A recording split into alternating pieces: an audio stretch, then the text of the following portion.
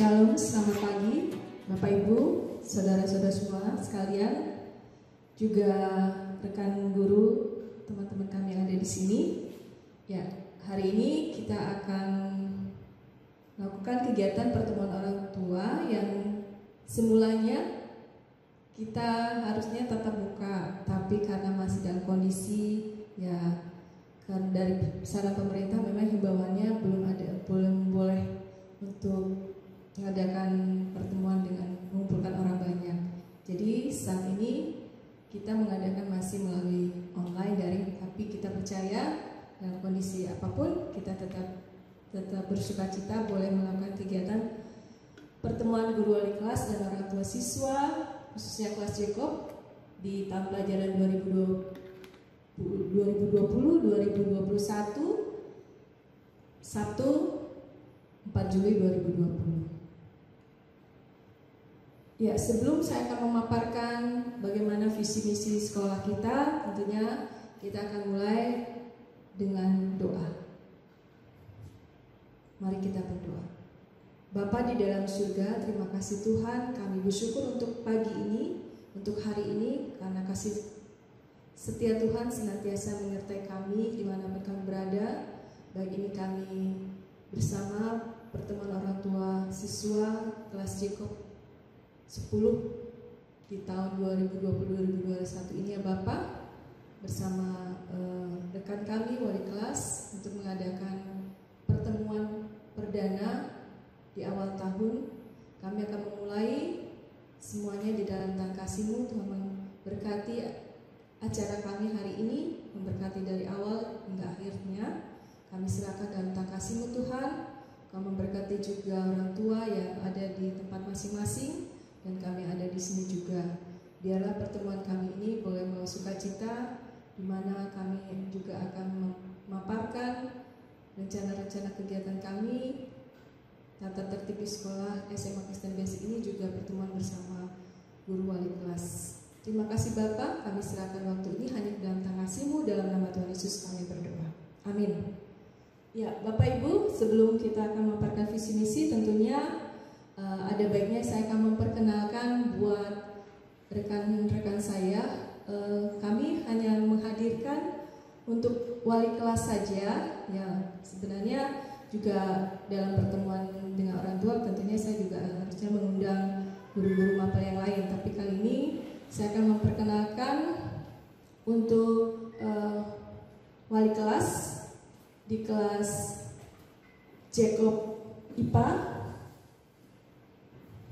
Nanti Teacher Martina yang akan memperkenalkan diri ya. Dan juga Teacher Dimplay, silakan. Mulai dari Miss Martin. Juga untuk Wakil Kepala Sekolah Kesiswaan Miss Jojo. Silakan ke depan, nanti akan memperkenalkan.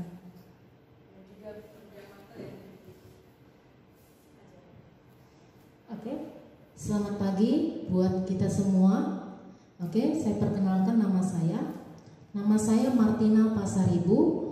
Saya wali kelas Jacob IPA dan saya nanti akan mengajar fisika, bidang studi fisika di kelas Jacob IPA. Sekian dan terima kasih. Selamat pagi Bapak Ibu, perkenalkan nama saya Teacher Dimplay Sipayung. Saya mengajar bidang studi geografi dan saya dipercayakan menjadi main teacher untuk kelas Jacob IPS. Terima kasih. Ya, terima kasih Miss Martin dan Miss Dimplay, silakan. Ya Bapak Ibu, nanti untuk pemaparan tata tertib akan disampaikan oleh rekan saya Miss Jojor. Oke, saya akan memaparkan untuk visi dari Sekolah Kristen Basic, yaitu to know God and God is known, yaitu mengenal Allah dan Allah dikenal. Bagaimana di dalam kehidupan kita, tentunya tidak hanya kenal ya, tetapi juga mengenal secara di dalam sikap, di dalam kehidupan, di dalam setiap aspek kehidupan kita. Nah, untuk misi, ada beberapa misi di sekolah kita, yaitu ini poin-poin besarnya aja ya. Mengembangkan iman kepada Kristus, di mana bagaimana memperoleh pengetahuan yang benar dan karakter yang saleh. Yang kedua, pendidikan integral antara iman dan pengetahuan. Next, yang ketiga itu melatih dan membangun karakter anak menjadi pemimpin pelayan dengan cara pandang Alkitab. Nah, ini nanti visi misi kita ini akan dijabarkan di dalam setiap aspek pembelajaran. Khususnya kita akan mengenalkan satu trademark dari sekolah kita, Kristen Basic. Tentunya mungkin Bapak Ibu yang anaknya mulai dari SD, SMP ya, yang sampai meneruskan SMA sudah tahu itu. Bagi juga yang belum, kita mengenal adanya 4 pilar. 4 pilar ya. Pilar yang pertama yaitu aku dan Tuhanku, spiritual. Pilar yang pertama, aku dan Tuhanku. Kemudian yang kedua, aku dan diriku, psikologi. Aku dan diriku. Next, yang ketiga, aku dan sesamaku. Kemudian yang keempat, aku dan lingkunganku, itu iptek dan seni budaya. Dari 4 pilar ini, aku dan Tuhanku, itu bagaimana keselamatan itu adalah anugerah yang datangnya dari Allah. Tuhan sebagai pencipta manusia, pusat dan puncak dari ciptaan Allah. Ciptaan Allah, kita ini manusia, anak-anak diajarkan menyadarkan bahwa manusia adalah ciptaan Allah yang paling mulia. Kemudian anak-anak juga diajarkan siswa melayani, bersaksi, dan memuliakan Allah. Nah, ini 4 pilar ini tidak hanya untuk semua siswa ya, tapi tentunya dalam semua lingkungan di sekolah Kristen Basic. Tentunya gurunya ya. Next, spiritual dan aku dan Tuhanku. Next, yang kedua, psikologi aku dan diriku. Bagaimana hidup kudus ya. Bagaimana siswa diajarkan juga jujur, bisa dipercaya, rajin ya, punya jiwa kepemimpinan, kerja keras, punya rasa syukur ya, bersyukur, tekun dan ulet di dalam setiap aspek kehidupan, ada disiplin dan juga bertanggung jawab, terakhir juga kreatif. Nah, dari poin-poin ini siswa juga diajarkan bagaimana dari kesimpulan ini aku dengan dirinya ya, bagaimana pertama hubungannya dengan Tuhan. Tentunya otomatis kalau hubungan dengan Tuhan beres, kita yakin pasti yang dengan diri sendiri ya, nanti dengan sesama, dengan lingkungan juga pasti beres. Oke, yang ketiga, sosial aku dan sesamaku. Mengasihi saudara iman. Poin contoh yang paling dekat, saudara seiman, baik itu mungkin adiknya, keluarga di rumah ya. Terus bekerja sama dan berdoa juga buat sesama. Next, poin yang keempat, pilar yang keempat adalah kultural, aku dan lingkunganku. Ya, ini bagaimana bisa menjawatakan antara ilmu pengetahuan dengan dirinya ya, baik itu benar, adil, setia. Kita tahu di basic ini istilah kata basic itu, makanya tulisan basic saya nggak tulis kecil, BASIC, benar, adil, suci, indah, cinta kasih, basic ya. Selanjutnya teknologi yang mendahului ilmu. Sekarang ini tentunya teknologi semakin canggih, bagaimana siswa juga diajarkan untuk bagaimana bisa men-sharing, memilah mana yang baik, karena teknologi sekarang cukup menyita waktu banyak anak-anak, sehingga mereka peduli mereka terhadap lingkungan sekitar, terhadap teknologi. Kemudian terakhir itu dan seni dan budaya. Jadi 4 pilar tadi ini diperkenalkan, terus ditanamkan, dilakukan menjadi satu karakter. Pertama tadi hubungan dengan Tuhan, hubungan dengan diri sendiri, hubungan dengan sesama, dan dengan lingkungan. Seperti itu. Nah, kita masuk ke kurikulum 2013, ya, kurikulum yang memang ini tetap hampir semua sekolah ya melakukan anjuran pemerintah kurikulum 2013, tapi tentunya basic juga punya tambahan sendiri, yaitu juga dalam bidang ada Mandarin juga bahasa Inggris ya. Nah, kurikulum 2013 ini yang kita sudah lakukan hampir 4 tahun, itu ada sistem penilaiannya. Pertama, kalau kita lihat kalau di pembelajaran itu ada nanti namanya KI1. KI1 itu sikap dari spiritual dan juga dalam kesehariannya, KI1 dan KI2. Kemudian pengetahuan, itu pengetahuan diukur dari namanya KI3. Itu ada lisan, tulisan, penugasan seperti itu di kelas. Next, yang ketiga dinilai dari keterampilan, KI4. Jadi di dalam kurikulum 2013 ada nanti KI1, KI2, KI3, KI4. Nah, itu yang dari SMP juga sudah melakukan seperti itu. Penilaian kompetisi siswa ini tadi yang KI3 ini secara garis besarnya ada tes tertulis, ada portofolio, dan penugasan. Oke, selanjutnya nilai akhir akademik. Jadi penilaian harian tadi, penugasan itu dua dikali dari semua total jumlah dari penilaian tengah semester, penilaian akhir semester itu dan dibagi 4 dari semua totalnya. Kemudian kita juga ada penilaian dari karakter.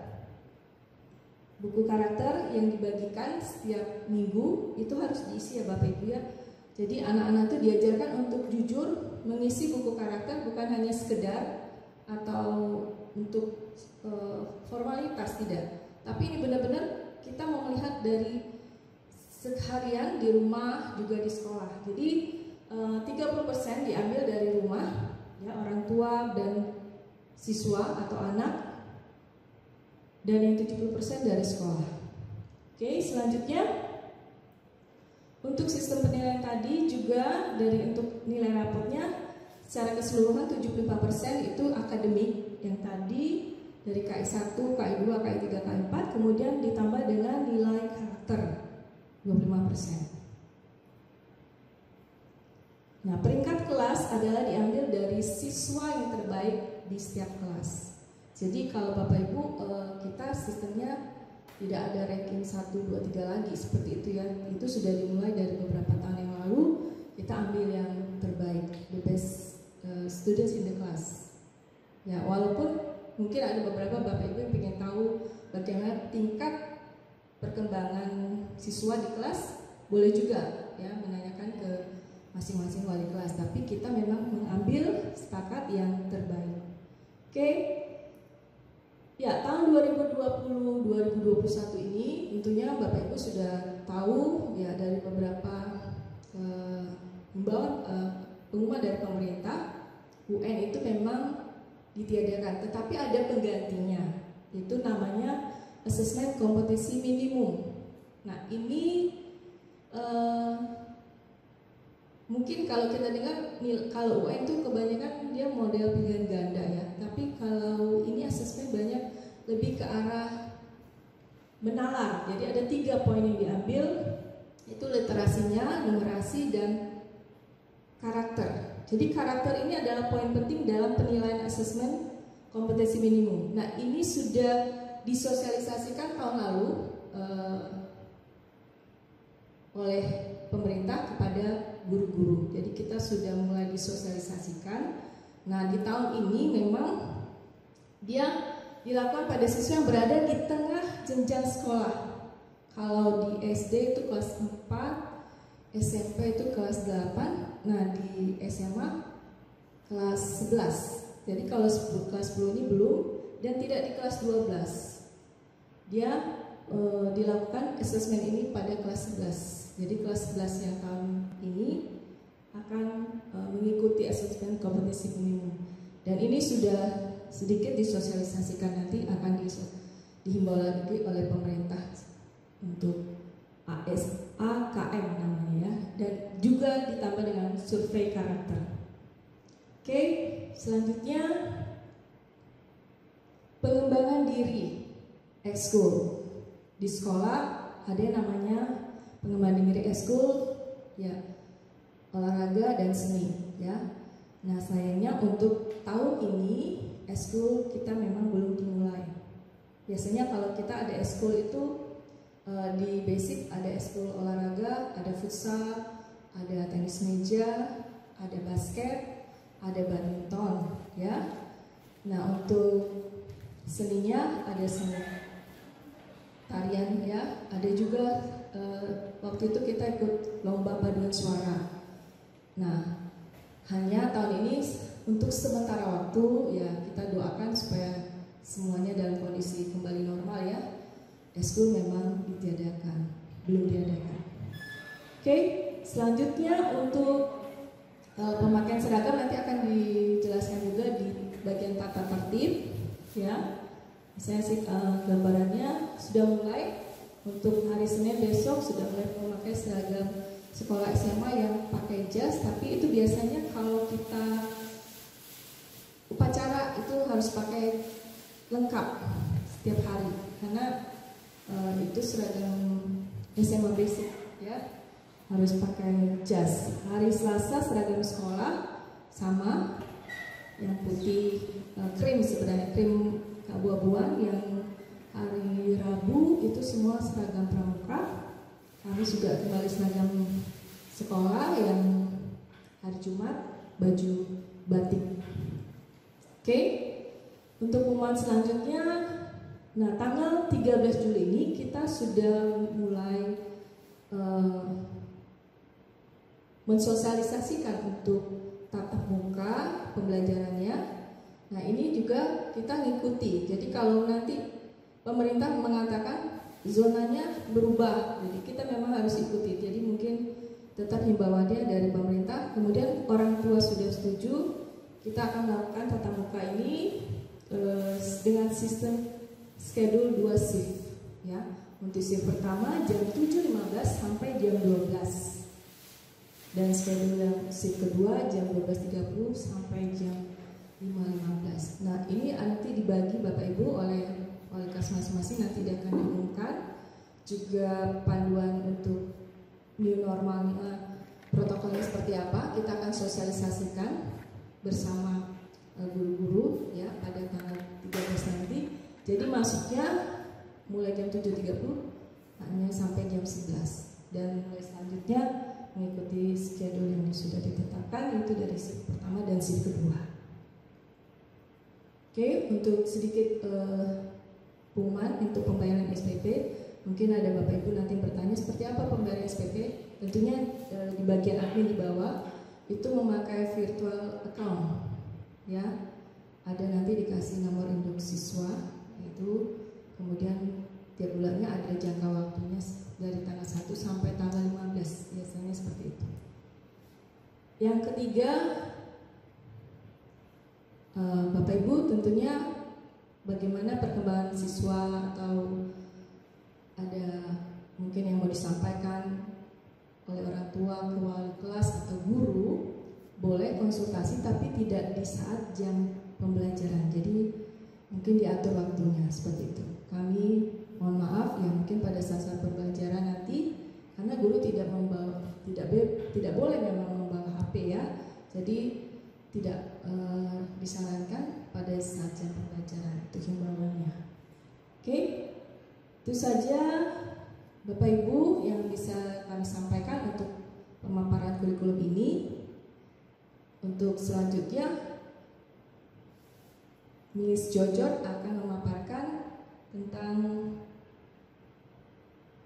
tata tertib, ya, tata tertib SMA Kristen Basic, akan disampaikan oleh rekan saya, Wakil Kesiswaan Miss Jojot. Silakan Miss Jojot. Selamat siang orang tua kami dan peserta didik kami. Perkenalkan, nama saya Teacher Jojor Siahaan. Di SMA saya menjabat sebagai Waka Kesiswaan dan saya juga mengajar subjek religion, di SMP kelas Joshua dan Moses, dan di SMA saya mengajar subjek ekonomi di semua level, Jacob IPS, Isaac IPS, dan Abraham IPS. Nah, di sini saya akan membacakan aturan dari tata tertib siswa SMA Kristen Basic. Nah, yang pertama mengenai kehadiran. Di sini kehadiran kita datang tepat waktu, tiba di sekolah paling lambat 7.25. Nah, karena ini situasi kita nanti akan dibagi 2 shift satu kelas, maka kehadiran kita jam 7:15 sudah mulai pelajaran. Dan shift keduanya jam 12.30 sudah mulai pelajaran. Diharapkan kepada orang tua kami sekalian untuk mengantarkan anak-anaknya tepat waktu tiba di sekolah. Sebenarnya berdasarkan peraturan ini 7.25 sudah di sekolah. Jadi kita ada kasih dispensasi 5 menit, di mana 7.30 anak-anak sudah berbaris di depan kelas dan akan homeroom selama 15 menit. Jadi kalau misalnya anak-anak terlambat 7:31, itu sudah kita catat terlambat. Nah, situasinya yang kita hadapi selama ini adalah anak-anak keberatan. Lo masih 31, hanya 1 menit kok teacher, kok langsung dicatat terlambat. Nah, sebenarnya dia sudah terlambat bukan 1 menit, dia sudah terlambat 6 menit. Karena harusnya berdasarkan peraturan ini 7.25 sudah di sekolah. Jadi diharapkan kerjasamanya Bapak Ibu sekalian supaya ini diingat ke depannya jika kita nanti situasinya normal masuk sekolah. Jadi 7.25 ini dalam situasi normal sebelum terjadi pandemi COVID. Nah, yang kedua, bagi siswa yang sakit atau berhalangan hadir, orang tua wajib menginformasikan kepada guru kelas masing-masing. Apabila tidak ada informasi atau informasi bukan dari orang tua yang bersangkutan, maka akan dianggap sebagai alpa. Jadi kehadiran anak-anak kami sekalian itu sangat penting. Dan jika tidak hadir, laporannya harus dari orang tua kami. Karena ada anak yang melaporkan, pengalaman kita selama ini ada anak yang melaporkan izin tidak masuk sekolah karena alasan sakit, tapi sebenarnya dari rumah dia berangkat ke sekolah. Nah, jadi orang tua merasa dan orang tua yakin anaknya pergi ke sekolah, tahu-tahu tidak sampai di sekolah. Jadi Bapak Ibu sekalian, memang yang memberitahukan kehadiran anak Bapak Ibu sekalian ketika tidak hadir di sekolah haruslah orang tua. Terima kasih. Yang berikutnya, tidak diperkenankan meninggalkan lingkungan sekolah tanpa izin dari guru atau kepala sekolah. Yang berikutnya, siswa yang tidak hadir selama 3 hari berturut-turut tanpa kabar, maka pihak sekolah akan memanggil orang tua atau wali untuk dimintai keterangan. Nah, yang berikutnya lagi adalah masalah kedisiplinan. Yang pertama, membawa dan mempersiapkan perlengkapan belajar berupa buku, alat tulis, dan lain-lain. Yang kedua, membawa Alkitab. Yang ketiga, mengikuti seluruh kegiatan pembelajaran dari awal hingga selesai pembelajaran. Yang berikutnya, mengikuti kegiatan yang dilaksanakan oleh sekolah seperti upacara, ibadah worship, pramuka, KTB, seminar, dan lain-lain. Yang berikutnya, mengerjakan tugas yang diberikan oleh guru dan dikumpulkan tepat waktu. Makan dan jajan di kantin pada saat jam istirahat atau makan siang, tidak pada saat pembelajaran berlangsung. Kemudian yang berikutnya adalah menjaga kebersihan dan keindahan lingkungan sekolah. Jadi untuk poin yang menjaga kebersihan dan keindahan lingkungan sekolah ini, di setiap kelas anak-anak kami itu ada buku Aku Bisa. Jadi ada penilaian yang diberikan oleh setiap guru yang masuk, di mana di buku itu akan dinilai kebersihan, keindahan, kesopanan, dan keamanan anak-anak selama proses pembelajaran.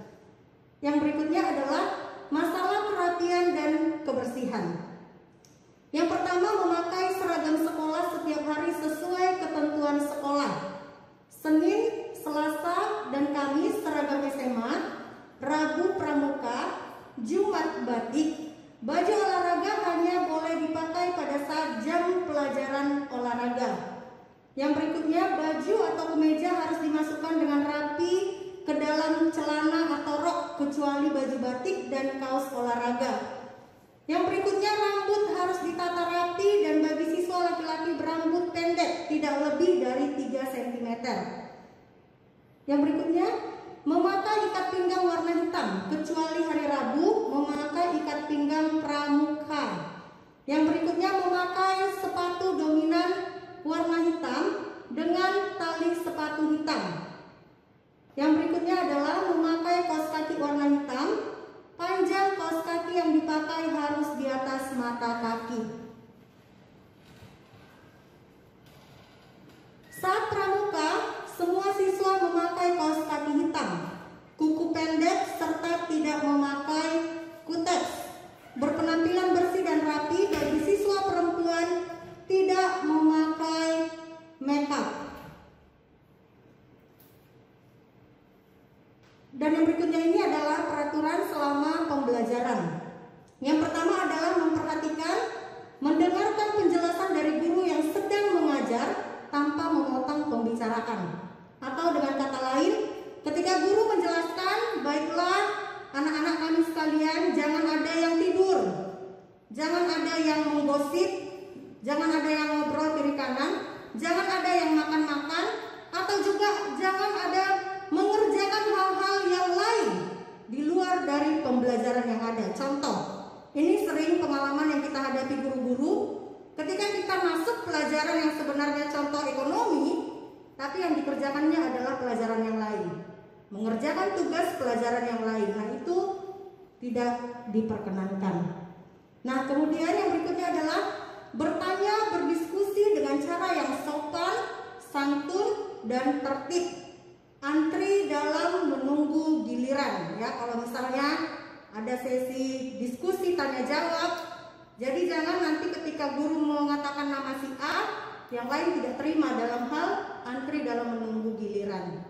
Yang berikutnya, tetap di dalam ruangan kelas ketika pergantian jam pelajaran. Ya, ini hal yang sangat penting, tetap di dalam ruangan kelas ketika pergantian jam pelajaran. Sebelum pergantian jam pelajaran, jika ada anak yang mau keluar, baiklah izin terhadap guru yang ada di dalam kelas. Kalau misalnya pergantian jam pelajaran, gurunya belum datang, biasanya akan ada ketua kelas yang akan memanggil guru. Dan kalau memang mau izin keluar, misalnya ke toilet, biasanya itu harus izin kepada guru yang bersangkutan, dan biasanya adalah 45 menit setelah pembelajaran baru izin. Jadi misalnya kita baru lunch, kita baru break, udah masuk, tiba-tiba belum ada 5 menit anak ini sudah izin ke kamar mandi, ya itu tidak etis lah. Karena apa? Kita barusan lunch, kita barusan break, baru masuk, kok tiba-tiba langsung ada anak yang izin teacher mau ke kamar mandi. Nah, saya rasa sebagai anak-anak kami dengan bijak mengatur waktunya dengan baik. Ya, yang berikutnya adalah mengerjakan tugas dan bagian masing-masing serta tidak mengganggu orang lain. Ya, serta tidak mengganggu orang lain. Yang berikutnya, Pak. Oh iya, sebelumnya bisa dibalik lagi, Pak. Sebelumnya, maaf. Ya, ada yang terlewatkan ya. Ini mengerjakan tugas dan bagian masing-masing serta tidak mengganggu orang lain. Tugas di sini banyak. Ya, anak-anak, orang tua kami ada tugas, misalnya tugas pelajaran. Ada tugas yang memang tugasnya adalah mengisi buku karakter dan mengumpulkannya tepat waktu. Nah, di sini kami teacher-teacher juga saya mewakili semua guru, secara khusus wali kelas. Harapannya tolong orang tua kami, anak-anak kami mengisi buku karakter. Ya, karena tadi sudah dijelaskan Teacher Mary bahwa komposisi penilaian karakter itu sangat besar. Meskipun ini pengalaman ketika saya menjadi main teacher, ada anak yang nilai akademiknya sangat tinggi dibandingkan yang lain, tapi dia bisa mendapat peringkat yang tidak tinggi. Kenapa? Karena mempengaruhi karakter. Jadi buku karakter itu biasanya dikumpul sekali seminggu setiap hari Jumat. Jadi Senin sampai Jumat itu akan diisi. Sebenarnya yang mengisi ini harus orang tua dan ditandatangani orang tua. Kemudian itu akan dipulangkan kembali ke anak hari Senin. Karena guru perlu merekap, memindahkan kecatatannya. Ada waktu Jumat, Sabtu, Minggu, dan Senin dikembalikan lagi kepada anak. Ya, yang berikutnya mengenai larangan. Yang pertama, bertato baik yang bersifat sementara maupun permanen itu dilarang. Yang berikutnya memakai perhiasan. Ya, memakai perhiasan. Tolong supaya ini jangan nanti berlebihan, pakai kalung emas, pakai cincin emas, pakai anting-anting emas, atau mungkin aksesoris yang aneh. Ini kan nggak emas, teacher. Diharapkan tidak usah, pakai yang sederhana saja. Kemudian yang berikutnya adalah dilarang melakukan kecurangan saat ujian atau ulangan. Di sini sangat ditekankan tidak ada istilah menyontek. Kerjasama juga tidak. Ya. Nah, kemudian yang berikutnya adalah dilarang memanipulasi surat baik dari sekolah maupun orang tua. Kemudian dilarang memalsukan tanda tangan orang tua, guru, kepala sekolah, dan lain-lain. Yang berikutnya, dilarang membawa barang yang tidak berhubungan dengan proses pembelajaran, seperti mainan, tablet, handphone, komik. Nah, dan lain-lain ini contoh saya tambahi laptop. Nah, laptop ini pernah jadi masalah, ya, karena apa? Bisa nggak bawa laptop, teacher? Bisa. Selagi itu ada hubungannya dengan pelajaran yang mengharuskan harus bawa laptop, misalnya ekonomi. Oh, saya menyuruh peserta didik kita bawa laptop ya karena kita mau mengerjakan akuntansi di Excel. Boleh. Tapi laptop itu selama belum pelajaran ekonomi harus dititip ke main teacher. Ya, jadi Bapak Ibu, di sini sangat penting ditekankan segala sesuatu yang tidak berhubungan dengan proses pembelajaran. Ya, itu nanti kalau ada razia kita akan sita. Nah, biasanya kita akan sita tapi akan dikembalikan. Kemudian dilarang mengambil barang milik orang lain.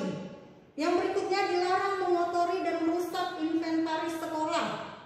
Yang berikutnya dilarang berkelahi dan melakukan tindak kekerasan.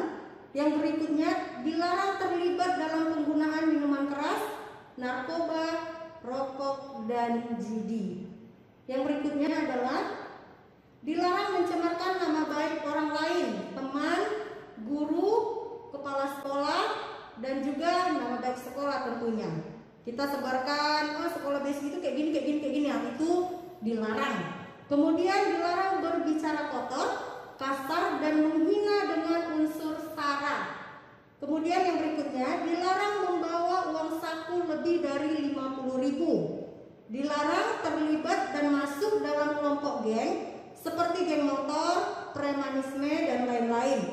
Dilarang membawa kendaraan tanpa surat izin mengemudi dan surat resmi dari pihak sekolah.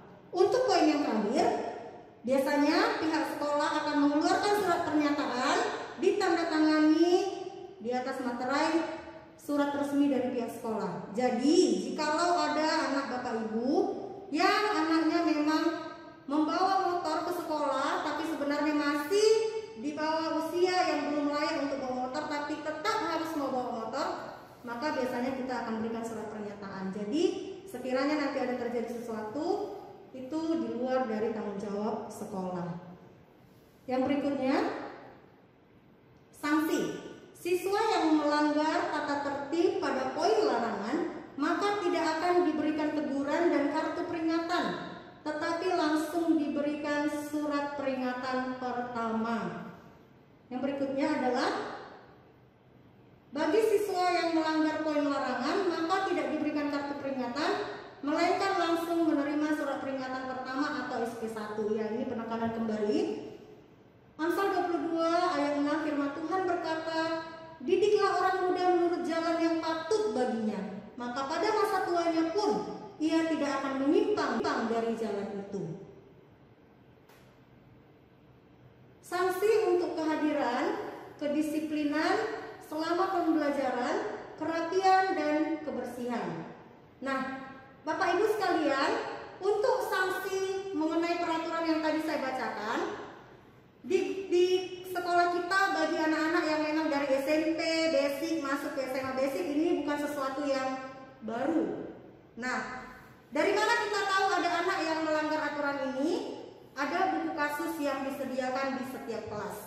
Contoh, misalnya ketika guru yang masuk di kelas, dia melihat ada anak yang kukunya panjang, ditegur 1 kali, it's okay, belum masuk buku kasus. 2 kali, 3 kali masuk buku kasus. Nah, akan ada catatan nama dari anak Bapak Ibu di dalam buku kasus. Nah, itu salah satunya. Dan yang lain juga, contoh, tidak kumpul tugas tepat waktu. Ya, ini sudah tahu nih aturan. Tidak ditegur lagi. Misalnya, harusnya hari ini kumpul tugasnya, guru cek, ada yang tidak kumpul langsung masuk buku kasus. Nah, jadi Bapak Ibu sekalian, anak-anak kami, dari buku kasus itulah maka setiap main teacher akan memberikan kartu peringatan. Nah, di sini dikatakan siswa yang melanggar tata tertib pada poin kehadiran, kedisiplinan selama pembelajaran, kerapian dan kebersihan akan diberikan teguran dan kartu peringatan sampai 3 kali. Setiap kartu peringatan diberikan setelah 3 kali melakukan pelanggaran atau kesalahan. Jadi kalau ada nama, misalnya nama saya Teacher Jojor atau namanya Jojor siswanya, kemudian namanya di buku kasus sampai 3 kali karena melakukan pelanggaran terhadap kehadiran, kedisiplinan atau salah satu yang lain sebanyak 3 kali, maka akan diberikan kartu pertama yang berwarna kuning. Nah, setelah itu, setelah lewat kartu kuning masih dilakukan lagi, terjadi lagi ini kesalahan-kesalahan terhadap disiplin yang tadi sampai 3 kali, maka akan diberikan kartu orange. Setelah itu masih dilakukan lagi kesalahan, akan diberikan kartu merah. Pemberian kartu ini sebenarnya sampai 3 kali Bapak Ibu. Setelah kartu merah masih dilakukan pelanggaran 3 kali lagi, maka sekolah akan mengeluarkan SP1. Maka akan diberikan surat peringatan 1. Di sini dikatakan apabila siswa masih melanggar sampai kartu peringatan ketiga, yang saya katakan tadi, kartu peringatan ketiga yang berwarna merah, ya, maka guru kelas akan memberikan surat peringatan dan disampaikan kepada orang tua kami. Ini yang tadi saya katakan, jika melakukan 3 kesalahan pertama akan diberikan kartu kuning, yang berikutnya jika masih dilakukan 3 kesalahan lagi kartu orange, dan yang terakhir adalah kartu merah. Nah, kartu merah ini adalah yang terakhir. Tapi setelah kartu merah ini masih dilakukan 3 kali lagi kesalahan, maka akan diberikan SP. Nah, itu adalah sanksi yang akan diberikan atas disiplin aturan yang kita terapkan. Karena aturan ada, ya seperti Amsal tadi berkata, supaya nanti ke depan karakter anak-anak kita baik dan jalannya akan lurus. Aturan itu bagi kita tidak mengenakan, tapi aturan itu untuk kebaikan kita, untuk keselamatan kita. Dan ketika ada aturan dilanggar, tentu harus ada sanksinya. Yang berikutnya adalah siswa yang melanggar tata tertib pada poin larangan, maka tidak akan diberikan teguran dan kartu peringatan, tetapi langsung diberikan surat peringatan pertama. Ini tadi sudah, ya. Ini juga tadi sudah. Nah, ini bagi yang membawa barang yang tidak berhubungan dengan pembelajaran, ya, seperti yang tadi ada kartu, alat permainan, kamera, buku yang dilarang, ya. Misalnya handphone. SMA itu handphone Android, ya. Itu harus dikumpul. Setiap pagi harus dikumpul kepada main teacher. Jika ada kedapatan di kelas, ini dia langsung. Ya, ini langsung yang terjadi adalah sanksi. Ya, Yang sebelumnya Pak, yang sebelumnya ini, bagi siswa yang membawa barang yang tidak berhubungan dengan pembelajaran, maka akan dikenakan sanksi sebagai berikut. Yang pertama adalah teguran dan nasihat dari guru kelas, barang disita dan akan dikembalikan langsung kepada orang tua. Yang terakhir, orang tua dan siswa menandatangani surat kesepakatan. Ya, jadi biasanya ini tidak lagi masuk buku kasus. Ya, Bapak Ibu sekalian, kalau untuk larangan tidak buku kasus tapi langsung dipanggil ya dan diberikan ditegur atau dinasehati dan bahkan menandatangani surat kesepakatan antara orang tua dan sekolah. Yang berikutnya, yang kedua, teguran langsung dari kepala sekolah, barang disita dan akan dikembalikan langsung kepada orang tua pada saat pengambilan rapor. Yang berikutnya Pak, yang ketiga, barang disita dan tidak akan dikembalikan. Ini adalah pelanggaran yang ketiga, ini artinya sudah melewati tahap yang sebelumnya. Yang sebelumnya yang pertama, oke, masih ditegur, dipanggil. Masih diulangi lagi yang kedua. Yang kedua masih dikembalikan, tapi tunggu ambil rapor dulu. Kalau yang pertama, dilakukan kesalahan yang pertama, dipanggil orang tuanya, langsung dipulangkan barangnya. Yang kedua, jika memang masih dilakukan dengan kesalahan yang sama, barangnya akan dikembalikan pada saat pembagian rapot. Dan yang terakhir, barangnya disita dan tidak akan dikembalikan. Bagi yang merusak barang atau inventaris sekolah, yang pertama sanksinya adalah teguran dan nasihat dari guru kelas dan kepala sekolah. Yang kedua, pemanggilan orang tua dan kesepakatan orang tua beserta siswa untuk mengganti barang yang rusak. Yang ketiga, apabila dalam jangka waktu 30 hari belum ada penggantian barang, maka siswa yang bersangkutan tidak diperbolehkan mengikuti pembelajaran. Yang berikutnya Pak, siswa yang melanggar, ini tadi sudah juga, ya, memberikan 3 kali kartu peringatan. Yang berikutnya Pak, ya ini ya, tadi saya sudah jelaskan. Ya ini juga, oke. Ini tadi saya sudah jelaskan. Bagi kartu merah ya, sampai kartu merah akan diberikan surat peringatan yang pertama. Surat peringatan yang kedua, bila siswa telah menerima surat peringatan pertama masih melakukan pelanggaran 6 kali, maka pihak sekolah akan memanggil orang tua wali dan akan diberikan surat peringatan kedua, serta siswa diberikan sanksi sesuai kebijakan sekolah. Dan surat peringatan yang ketiga, siswa yang menerima surat peringatan kedua masih melakukan pelanggaran 4 kali, maka pihak sekolah akan memanggil orang tua wali untuk menandatangani surat peringatan ketiga, dan pihak sekolah akan memberikan sanksi keras kepada siswa. Sanksi bisa berupa diskorsing, turun kelas atau tingkat, ataupun dikeluarkan dari sekolah. Penghargaan, kelas yang dalam 1 bulan memiliki presentasi pelanggaran tata tertib paling kecil akan mendapatkan 1 bintang. Pada akhir semester, kelas yang mendapatkan bintang paling banyak akan dibuatkan acara spesial, bisa berupa party, berenang, atau dan lain-lain berupa kebersamaan dengan satu kelas bersama dengan main teacher-nya. Yang berikutnya adalah, ya, sampai di situ Bapak Ibu anak kami sekalian presentasi yang bisa teacher sampaikan. Kiranya nanti di tahun ajaran yang baru kita bisa melaksanakan aturan ini dengan baik, ya, supaya segala sesuatu yang kita kerjakan akan berjalan dengan lancar. Secara khusus ini di situasi nanti 2 shift, waktunya sangat cepat sekali. Jam 7.15 kita sudah start belajar. Harapannya jangan ada yang terlambat datang ke sekolah. Terima kasih, Tuhan Yesus memberkati. Ya, demikian Bapak Ibu untuk acara pertemuan orang tua siswa dengan guru, khususnya wali kelas pada hari ini. Walaupun kita masih memakai secara daring, tapi kami percaya apa yang kami sudah sampaikan mudah-mudahan semua bisa diterima dan cukup jelas. Juga melalui tadi rekan kami Miss Jojo juga sudah memaparkan tentang tata tertib yang terakhir. Nah, kalau ada mungkin masih Bapak Ibu pertanyaan ataupun yang akan mau disampaikan, kita nanti sudah membentuk grup ya. Kemarin saya sudah membentuk grup wali kelas masing-masing, baik itu Jacob IPA dan Jacob IPS. Boleh nanti di-sharingkan ya, kalau ada pertanyaan juga boleh nanti rekan-rekan kami membantu. Terima kasih Bapak Ibu atas kesempatan hari ini. Sebelumnya kita akan tutup dalam doa.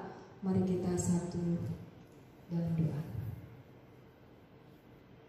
Bapa kami yang bertata dalam kerajaan surga, sungguh kami bersyukur Tuhan untuk penyertaan-Mu sepanjang hari ini, khususnya apa yang kami sudah sampaikan, apa yang kami paparkan di dalam kegiatan pembelajaran kami di sekolah Kristen Basic, baik itu kurikulum, baik itu tata tertib, dan juga informasi yang lain kegiatan kami di sekolah SMA Kristen Basic ini ya Tuhan.